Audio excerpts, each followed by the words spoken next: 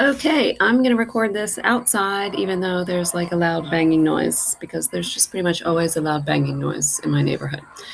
What you want to do for FlipGrid is go to flipgrid.com. It brings you right here. I would click Educator Login because I have already set up my account. I'm certain setup is very easy. You log in with your school, CPS, whatever, and probably tell it some information. So then what I would recommend is you create groups for each of either for your classes or for your courses. I just have one big group for Ms. Medlin for my English class. If I was going to do a FlipGrid for my writing elective, I would set up a separate group. Okay, so you could create a group and call it like Spanish 2. There's a code, but you don't need to do that. And then just kids can join using their Google School email. Okay. mcpsmd.net will already be there. You don't need a guest password. Videos will not be duplicated. What? Select any topic you would like to duplicate. Skip. I don't want to duplicate anything. So that's the code for the group. I don't need that right now. So here's my Spanish 2. I did not pass Spanish 2 nor teach Spanish 2. But let's say now that I'm here, well, actually, let me go back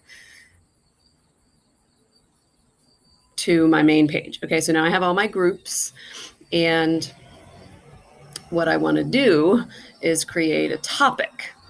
Okay, and so I'm going to add a topic.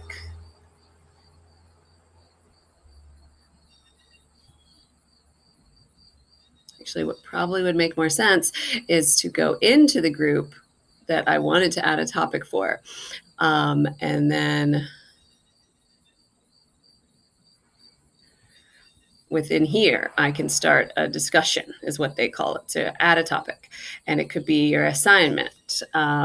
Like, let's say you would write this in Spanish, if this is a Spanish class. Describe your neighborhood. All right, right? And then down here, you would list your instructions, where you tell them exactly what you want them to say or what have you. I always make a practice one so that I know how long it takes, but you can set a limit of time so that they can't go on and on and on, right? You decide that.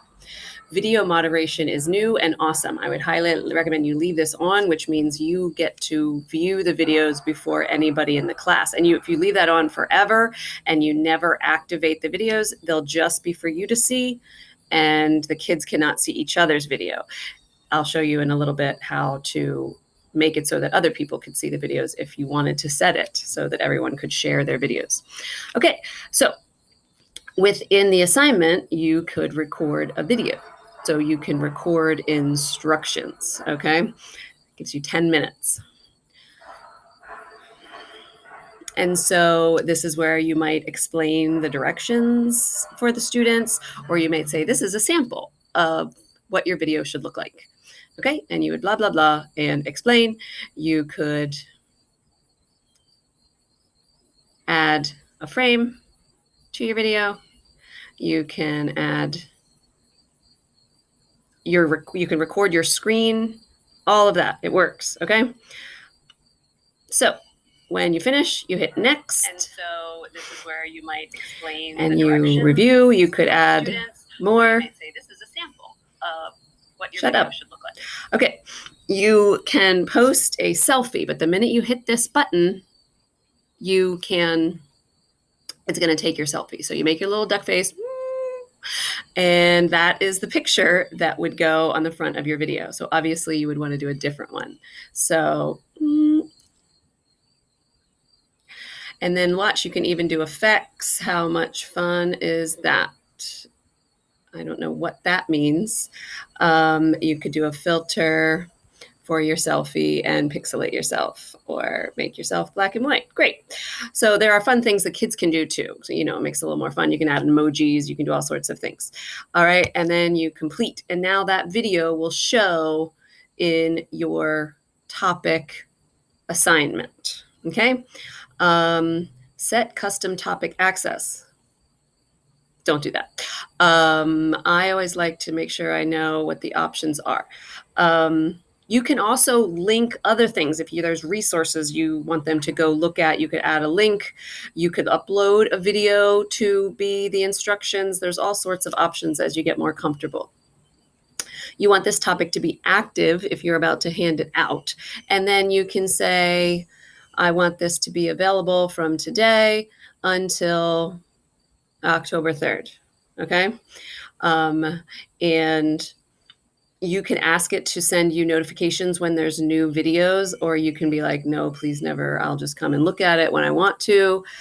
Then there's some allowances. You can allow students to download and share their video. I don't see a problem with that in most cases. If they were all sharing videos with each other, you could send them notifications, but they already get too many emails, so don't do that. And then this is where you can say, like, if you don't want them to put a selfie at the front of their video, you can turn that off. But who doesn't love a selfie?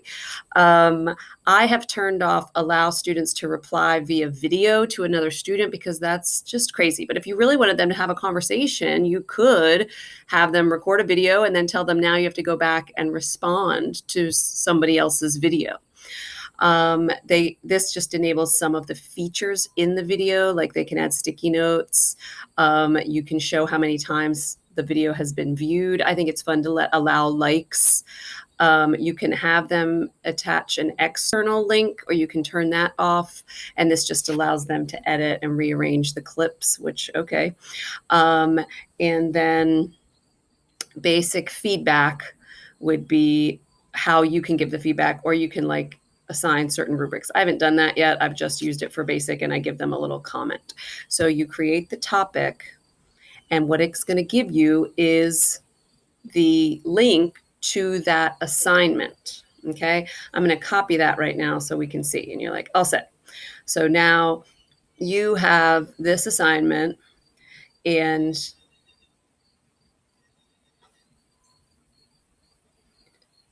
you can always duplicate it or hide it. If at any time you want to share the link, you just click share and it brings you the link again.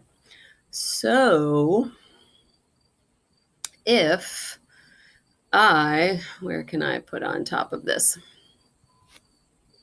Don't ask. Anybody that pastes that link into a website will be asked to join with Google.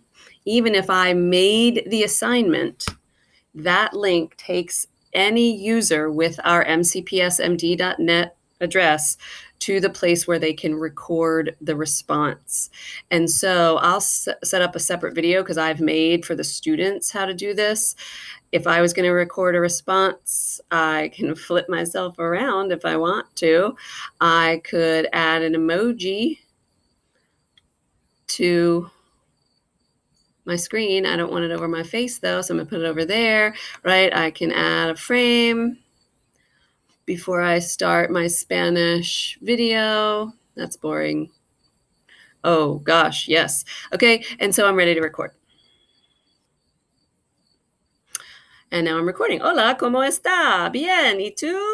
Tengo pelo rubio para comer, right? And I've recorded my Spanish excellence. If I realize I've made a horrible mistake, I can redo and start all over. I can also click up here, and it would, if I've given directions, you see if this kept going like mine did with 7 things I wanted them to include in the video, they can check it. So they don't have to remember what the instructions are. During the video recording, they can look at the instructions. It's pretty awesome. So they go to next. It'll play your video back. At this point, you could add more, but you can't redo. Shut up. And then you're going to have that selfie opportunity. I'm going to selfie my water bottle. Okay, that's just the picture out the door. And I could add effects if I really wanted to. It's uploading my video, and you can require them to put their whole name if you want, but automatically it will give the first and last initial. They can title it, but it doesn't matter because for you, it's going to appear in that group assignment. And you click and they would click submit. All right. And now if they wanted to, they could download it. They could grab the link and share it with a friend, all sorts of fun things. And complete, they could record another response, I suppose, if they really wanted to. I think it will send them an email when it's done. I don't really know.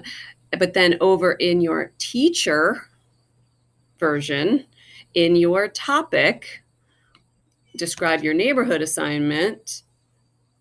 My Catherine Medlin's video is here. It's hidden from everyone else.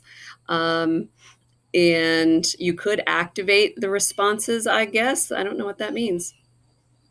Oh, don't do that. That lets it active. So as soon as it says active, it means other students can see it. You click on it, you get to watch it. Please stop. And you could add a comment. I don't want to add a video comment. You can see I'm not a professional on this. Last year, I was able to type feedback. Look, there it is. And I could be like, awesome, your ideas were top notch. Your performance was not very good. Blah, blah, blah, blah, blah. Email the kid a feedback. Boom. Or I can record feedback. But who needs to see more of that face? Nobody. And so, again, the trick is like when you're an educator and you're in your topics, if you want to share the FlipGrid, you copy it, right? And you can hand it out that way and they can do it. But then if you go, you can't get to the educator view from that link. Okay. If you're ever like, I don't want to record a response, I want to see the responses. What you want to do is go to flipgrid.com, educator login, and then it will take you to the educator side, the side of being able to see everybody else's video, right? So like last year's 8th grade promotion videos are still here. I didn't have the heart to delete them. And I have my Ms. Medlin's FlipGrid with my first assignment, introduce yourself. And I've got Mr. Walker, my explanation of how to do it, and one student, because I haven't actually assigned it yet. And you see I activated Mr. Walker because I want to use that as an example. I did not mean to click on that.